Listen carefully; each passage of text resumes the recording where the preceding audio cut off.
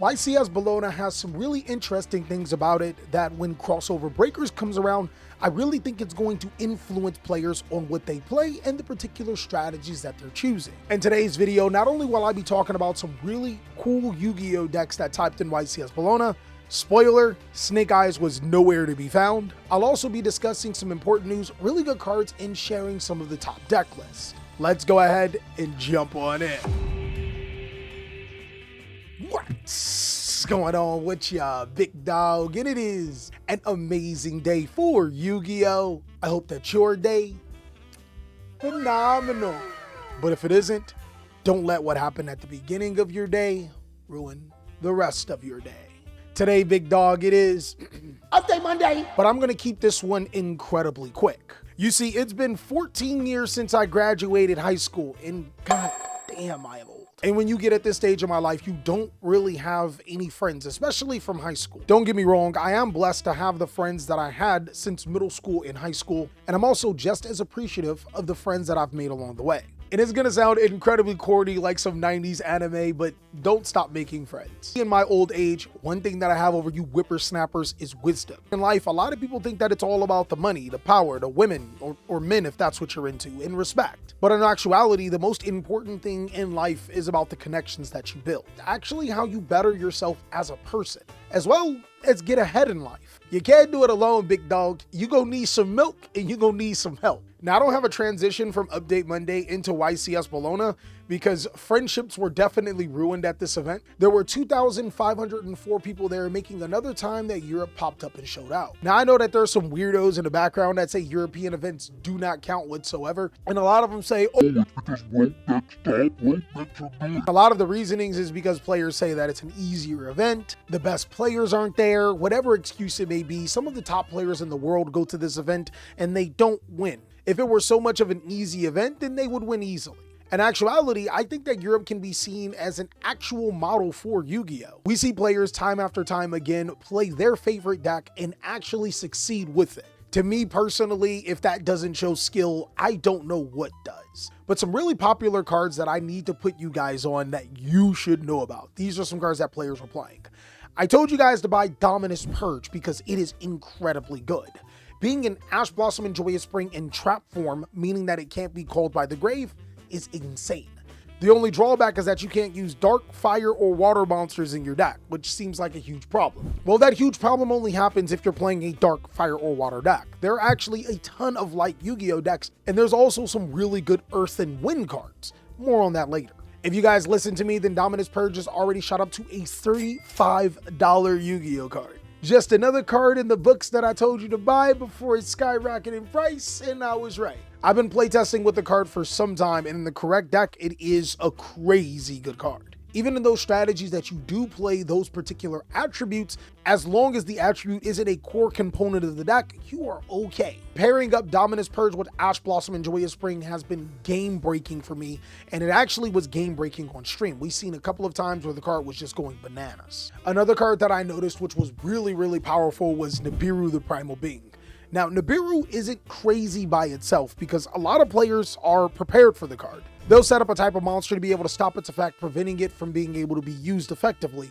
But when paired with another hand trap like Ghost Mourner, Effect Veiler, Infinite Impermanence, or possibly even Ash Blossom cards, because sometimes those come up, it can be incredibly deadly as it can wipe the whole board. And then also you got the robots that don't play around Nibiru, so it's a free win for you. I think that both Solemn Strike and Solemn Judgment are crazy when you're going first. I talked about Solemn Strike in my top 10 dangerous trap cards that don't get played enough, and it's actually really cool to see that this card's finally getting the recognition that it deserves. So if you want to learn more about really powerful trap cards that could be used in this metagame or powerful trap cards of all time, go ahead and check out that video. And of course, I picked out those three cards because not only were they impactful right now, I think that they'll be very impactful in the future. When Crossover Breakers comes out, there are going to be two decks that are thought of to have an immediate impact. Both YCS, the deck that is based on Exceed summonings and making rank 4 monsters with ease, and Malice, a link-based Yu-Gi-Oh deck that can take advantage of all of the Cyverse cards. Both of these decks are considered in the upper bracket when it comes to meta in the Yu-Gi-Oh card game,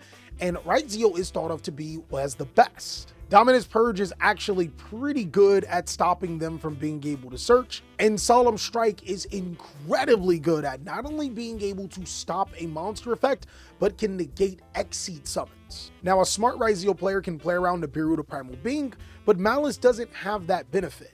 It's actually a deck that can struggle against cards like Nibiru to Primal Being. I mean, what did you expect? It's a Link deck. But the cool thing about Malice is that it does bring something to the table. In this YCS Bologna event, Fiendsmith was incredibly popular. Fiendsmith was pretty good for multiple reasons. Players figured out how to balance Fiendsmith with strategies that didn't need to special summon a ton from the extra deck, so in case they were hit with Molchemi Flawless, they were able to stop mid-combo without giving the opponent too many cards. But also, Fiendsmith was pretty powerful because Molchemi Flawless wasn't that good coming into the event. Allow me to explain. Decks like Yubel have dropped in popularity because cards like Molchemi Flawless have been played a ton. And because decks like Yubel have dropped in popularity, decks like Centurion have taken the spot. And because Centurion has taken the spot, making Molchemi Flawless not so much of a great card, players have dropped down on playing Flawless inside of the main deck, which means decks like Yubel can come back into the game. Now, I actually think that this is one of the more healthy things about Yu-Gi-Oh! When a particular card does determine on things that we play, and depending on what we play, determines on the strategies that we play. We've seen this happen time after time again with Nibiru to Primal Being, and now I think we're going to see it with hand traps. You see, right now in Yu-Gi-Oh! The main thing to do is to play as little engine as possible, or a mixture of engines inside of your deck, and as many hand traps as possible. This is incredibly good at being able to stop monster-centric or combo decks. But one thing that I think is going to start balancing that is trap cards. You see, hand traps don't do anything to trap cards or trap-based type Yu-Gi-Oh! Decks. And if a strategy just so happens to be running a very small engine, then those trap cards could also be used to be able to prohibit that engine from popping off. Trap cards could be especially powerful against Malice. We talked about how Daruma Cannon is crazy good against them in my buy these cards before they skyrocket in price video. And as you already know, cards like Dimensional Barrier would be good against a deck that can only Exceed some. Now, that's just a theory that I think players are putting to the test at YCS Bologna, and something that you could probably put to the test in your upcoming games, especially when Crossover Breakers comes out. But one thing that I don't think we can refute at all is players are playing even more traps inside of their deck. Let's go ahead and look into the top 64 bracket, as there are a few decks that play some on-theme trap card alongside of some other really cool techs. Take, for example, Andre Catalano's Solomon Great deck profile. This one's kind of crazy. Andre Catalano is playing Solomon Great Roar, which is a counter trap card that's searchable through Solomon Great. I want you to pay attention here. While I think that Solomon Great will take a step back in the next format because of cards like Dimension Shifter and Forwards being played a little bit more, this is one of those decks that has a searchable trap card that's really hard to beat. There's also your boy Solomon Great Rage, which can even counter trap based decks, and Heavy Slump just in case you do get Molchemi Forwards. Congratulations to you, Andre. I think Solomon Great is one of those Yu-Gi-Oh! Strategies that you have to pick the correct timing on. It's a deck that can reward you for not only good timing, but knowing how to play your deck. And another deck that has been making waves, no pun intended, is Manuel Frager's Mermail deck, and it actually has that on-theme trap card with Virtue Stream. Now, back in my days, we played at least 8 trap cards inside of our deck. And while in both profiles, 6 of those 7 traps that they've been playing inside of their decks are considered hand traps, they still trap cards. Look, I'm taking it what I'm taking it. One thing that I do have to admit is that my Mermail deck profile was wrong. Playing hand traps inside of Mermail seems to be the standard, and a more gas approach isn't necessarily the correct way. I'm man enough to admit that, especially when I see so many successful Mermail decks out there. It's really amazing to see this deck top so freaking much. Unfortunately, I think that both of those decks will have a negative impact when Crossover Breakers comes out. Keep in mind, cards like Dimension Shifter are going to be a lot more popular because of Malice, and Ryzeal is a deck that can sideboard Dimension Shifter and be really good against those strategies. I don't want to say that it's fool's gold to believe in those strategies right now, because they still could very much be successful. If I were a tier list man, I would probably be putting them a rung lower on my tier list to start off the next format with Crossover Breakers. But a deck that you guys should have more confidence in is Jonas Palat's Ritual Beast deck. This deck may not play the 8 trap cards that we used to do back in the golden days, but being able to search an on-theme trap card seems to be the key. Look, man, I'm just noticing patterns, and so far in the top 64, I can point out 3 different decks that can search an on-theme trap card or play a decent amount of trap cards. I think that this deck may be decent into the next format, but one card I really want to talk to you guys about is Super Polymerization. This card is going to be insane. Mark my words, even in a format where there isn't a Yugioh Malice type format, when players are starting to mix Fiendsmith with the Azamina strategy, Super Polymerization is outrageous. It gives Chimera players an opportunity to be able to fuse both of those monsters into a Chimera for free. Speaking of Chimera, David Bassani's Chimera deck is pretty cool. This is another strategy that I wouldn't hedge my bets on into the upcoming format, but it's really nice to see that this deck is actually competing. Finally, I think it's incredibly interesting for Chimera players as this particular version is not playing any Azamina cards. It's also only playing one hand trap. I like it. It's all gas. Now, to address the elephant in the room, there is a strategy that was doing really good. I wouldn't necessarily say it's a new strategy because it's two older strategies put together, but Fiendsmith cards were nowhere to be found at the last major events, and Kashtira was up on the climb as one of the stronger strategies. I think Kashtira is going to be a really big factor into the next meta, mainly because Kashtira Unicorn can easily banish important Malice and Yugioh cards from the extra deck, but also Kashtira is left unchecked in the TCG.